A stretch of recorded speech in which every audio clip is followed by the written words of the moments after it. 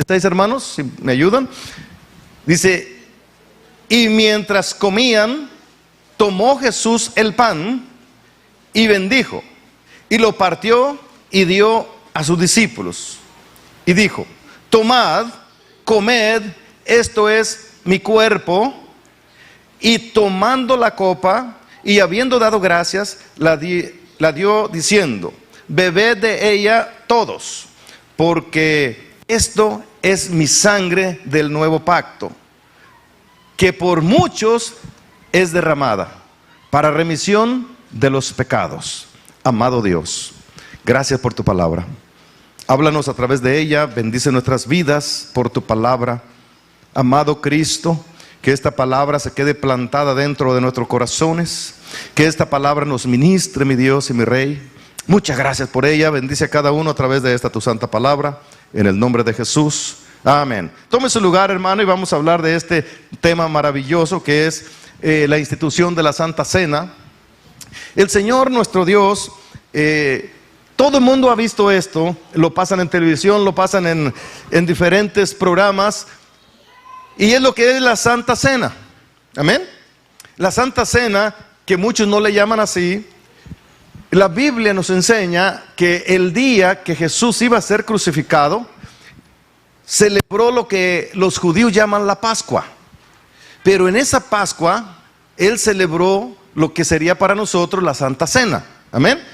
Ellos celebraban, los judíos, recuerde esto, los judíos celebraban la Pascua desde la antigüedad, cuando en la Pascua, cuando el pueblo iba a sacar Dios de Egipto, en ese lugar,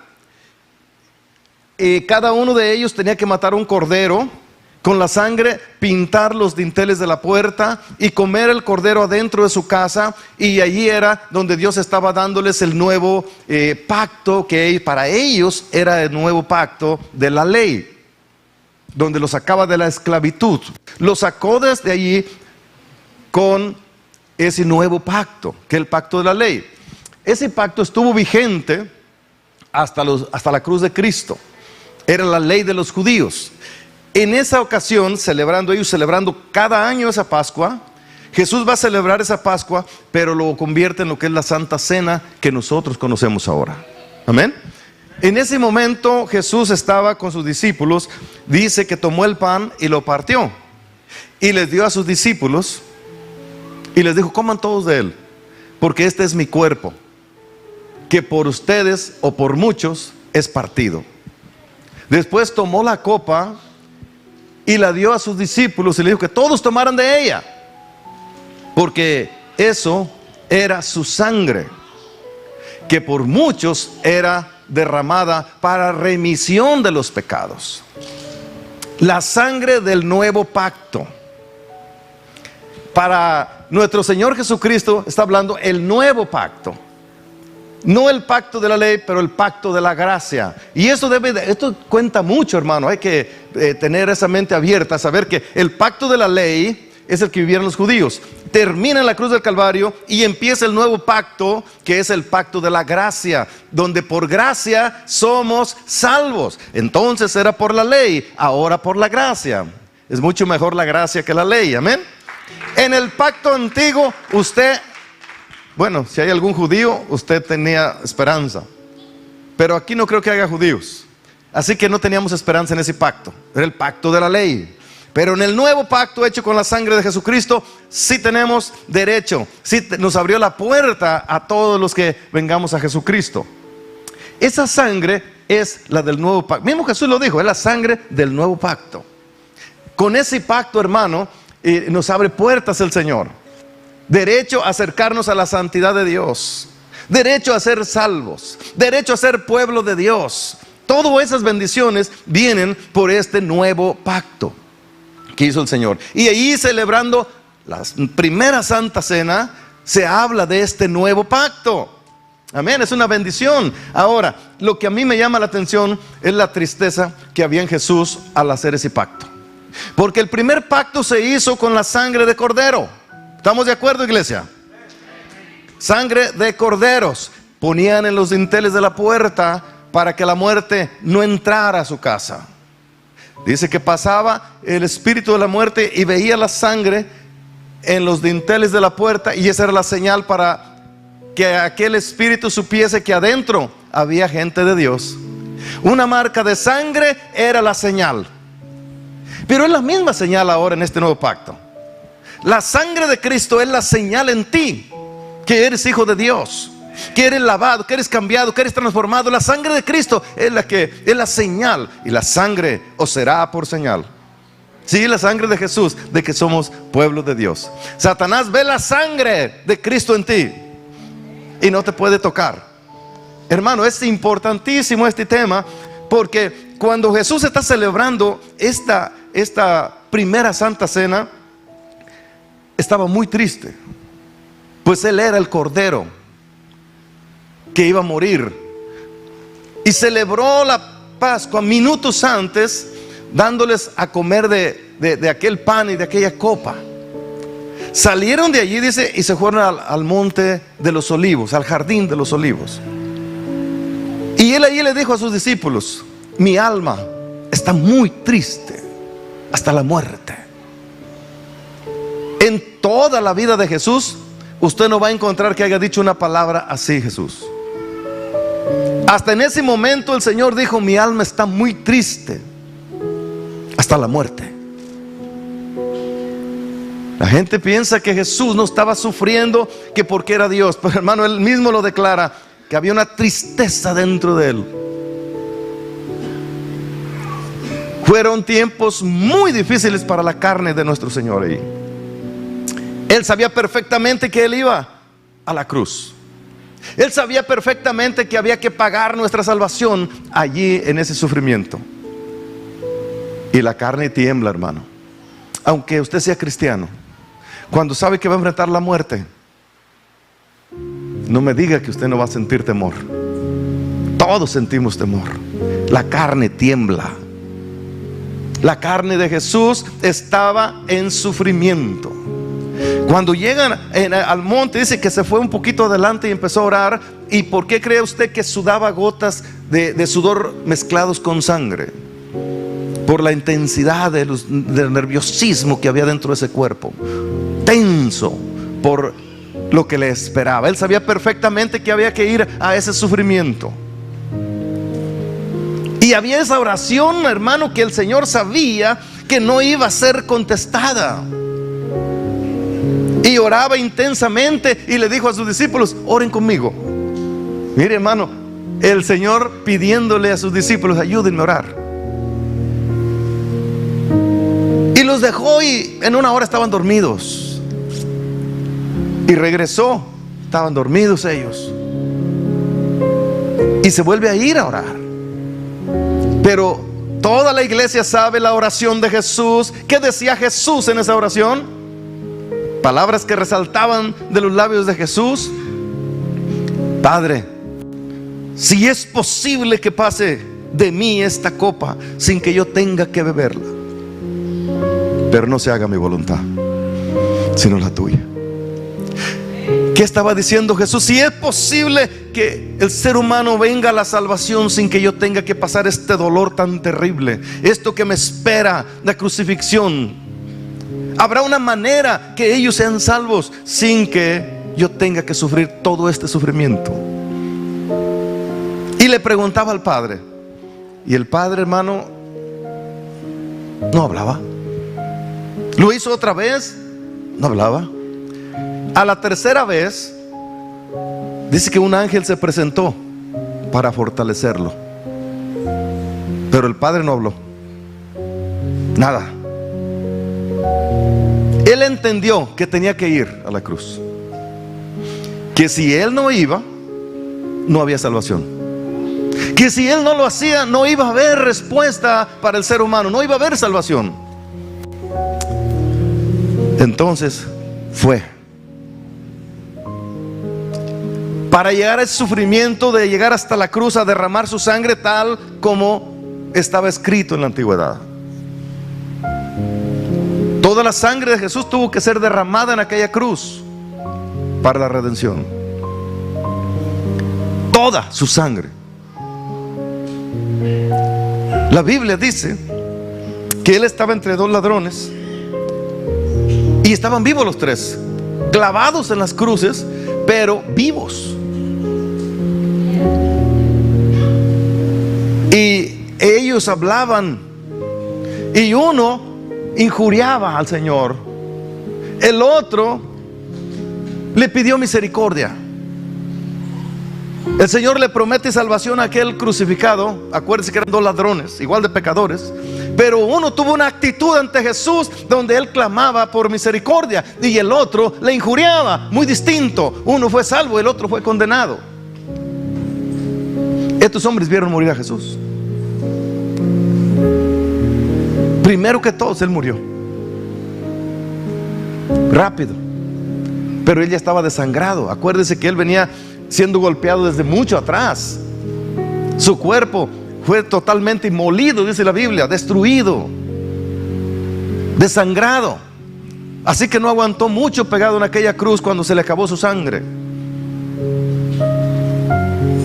Antes de que terminara el día, la regla era, hermano, de que con un marro, todos conocen la palabra un marro, llegaban los soldados y les quebraban los pies a los que estaban allí crucificados, para que murieran, para que el sábado, que era el día grande de los judíos, no estuvieran ellos vivos allí colgando.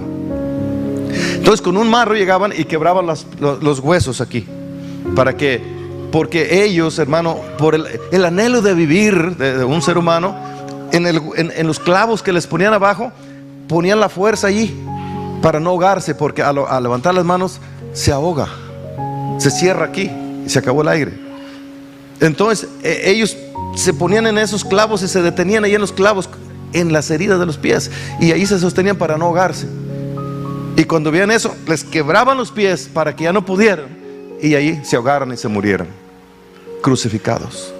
Pero aún así dice la historia que había unos que se podían quedar así y los dejaban, y pasaban días, hermano, días quejando, a puro quejido, donde se inflamaba y le caía cangrena, y morían, pero por la cangrena. Algo terroroso, espantoso era eso. Entonces dice que venía este hombre, este soldado, con el marro para quebrarle los huesos, y cuando llegó a Jesús vio que ya estaba muerto. Dice que no fue necesario quebrarle los huesos porque él ya estaba muerto. Pero un soldado dijo: no, yo quiero asegurarme si este de verdad está muerto, y llegó y le metió una lanza por aquí. Lo abrió. Una lanza es un arma filosa, hermano, filosa, que usan los soldados. Y le abrió, pero salió agua y sangre, y él pudo ver que estaba muerto. Ya no fue necesario quebrarle sus pies. Pero los otros se los quebraron para que murieran, y él no. Por eso digo, él murió rápido, porque ya, hermano, era mucho el sufrimiento que venía desde allá donde lo golpearon. 40 azotes, con esos azotes tan terribles que sacan pedazos de carne. Todo el sufrimiento, ya él ya venía desangrado, llegó casi muriéndose a ese lugar. Pero antes de morir, segundos posiblemente, dijo: hecho está, consumado es, lo he logrado, lo he hecho. ¿Qué era esa palabra? Lo he hecho, lo he logrado. Significa mucho para usted y para mí. Esa palabra es: he logrado la salvación. Él vio la muerte y ya encima de él dijo: lo he logrado, ya lo hice, son salvos. Dele gloria a Jesús, dele gloria, porque por su sangre somos salvos. La sangre de Jesús, hermano, la sangre de Jesús nos redime, nos salva. Su sangre es poderosa. Por eso a los demonios no les gusta la sangre de Jesús, porque allí está la vida, está la salvación del hombre. Allí nos dio la victoria. Allí se firmó, con su sangre se firmó ese pacto, el pacto que hoy nosotros disfrutamos. Es el pacto en la cruz del Calvario, con la sangre de Jesús. Pero él celebró la Santa Cena tantito antes, hermano, de que firmar ese pacto con su sangre. Y ahora le revela al apóstol Pablo después de ese sacrificio, cómo fue exactamente, para que Pablo pudiera instruirnos y enseñarnos de que continuáramos celebrando la Santa Cena como la hicieron él con sus discípulos en aquel día. Le enseñó cómo es que debería de llevarse a cabo y por qué, el porqué de la Santa Cena. La sangre de Jesús tiene mucho significado. La Biblia enseña que hay algunas razones o algo por qué tenemos que celebrar la Santa Cena. No es simplemente por agarrar una copita con un jugo y echarte. No. Está enseñándonos algo. La Biblia dice que celebrar la Santa Cena, esto según la Biblia, es la comunión de los que son salvos en la sangre y el cuerpo de Cristo. Los salvos, los que ya fueron salvos por Cristo, tenemos una comunión en el cuerpo y en la sangre de Jesús. Y esto es importante para la iglesia de Cristo. Siempre está recordando el precio de nuestra salvación. Mire, hermano, todos pensamos diferente y respetamos, pero yo no estoy de acuerdo que cuando te paras en un altar lo uses para decir chistes, para hacer cosas que no son. ¿Sabe por qué? Porque la razón de la iglesia y la razón de que haya un altar viene de la sangre de Jesús, del sufrimiento de Jesús. Y lo que se pone aquí, ustedes que están acá, son los redimidos con esa sangre. A Jesús no le costó estar haciendo chistes, a él le costó su propia sangre, su propia vida en aquella cruz. Y todos los que somos salvos, es por esa sangre que se derramó en la cruz. Ese dolor que él llevó allá en la cruz, ese sufrimiento, es lo que nos trajo a la salvación. Él sufrió para que usted y yo gocemos de la salvación. Entonces, hacer chistes en el lugar donde Dios se glorifica, donde Dios se manifiesta, donde se habla de lo que costó el precio de la redención, no estoy muy de acuerdo yo en eso. Yo quiero que debe haber un gran respeto en el cristiano, saber lo que costó la sangre que lo redimió, la sangre de nuestro Maestro. La comunión de los salvos en la sangre y el cuerpo de Cristo es una razón. La cena del Señor es la conmemoración del sacrificio de Cristo en la cruz. Es el recordar el precio que le estoy diciendo de la salvación. Recordar que Él fue crucificado para pagar nuestros pecados, que el hombre es pecador y que tiene esperanza en la sangre que se derramó en esa cruz. Amén. Esa es la importancia de esto.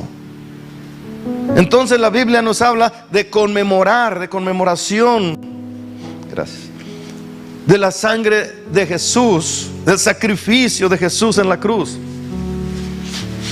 Isaías dice que Él fue molido por nuestros pecados, que por sus llagas fuimos curados. ¿Sabe lo que es molido? Triturado, desfigurado. Eso es lo que dice la Biblia, que Él sufrió por nuestra redención. Bendito su nombre. La cena del Señor, hermano, es proclamar la muerte de Cristo. ¿Y qué será eso? Decirle a la gente que Cristo ya murió para la salvación de ellos también, que vengan a Jesús y serán salvos. Ya está pagado, Él ya nos compró, ahora nosotros tenemos que aceptarlo a Él para ser salvos. Eso es que tenemos también la Santa Cena, es enseñar, proclamar la muerte de Cristo. Proclamar es gritarle a la gente, decirle que Cristo murió para salvarnos. Y cuando hacemos Santa Cena estamos recordando todo esto, hermano. O sea, la Santa Cena tiene sus propósitos. Amén. La sangre o la Santa Cena del Señor es el hecho también, o se celebra por esta otra razón, porque estamos proclamando y declarando la venida otra vez del Señor. Dice que celebremos la Santa Cena hasta que Él venga. Vamos a estar celebrando, hermano, la Santa Cena del Señor hasta que Él venga. Proclamamos su venida, reclamamos su venida, declaramos a los demás su venida, para que otros se preparen para la venida de nuestro Mesías, de nuestro Cristo. Porque Él lo dijo. Él lo dijo, que Él va a venir. ¿Cuánto le creen a Él?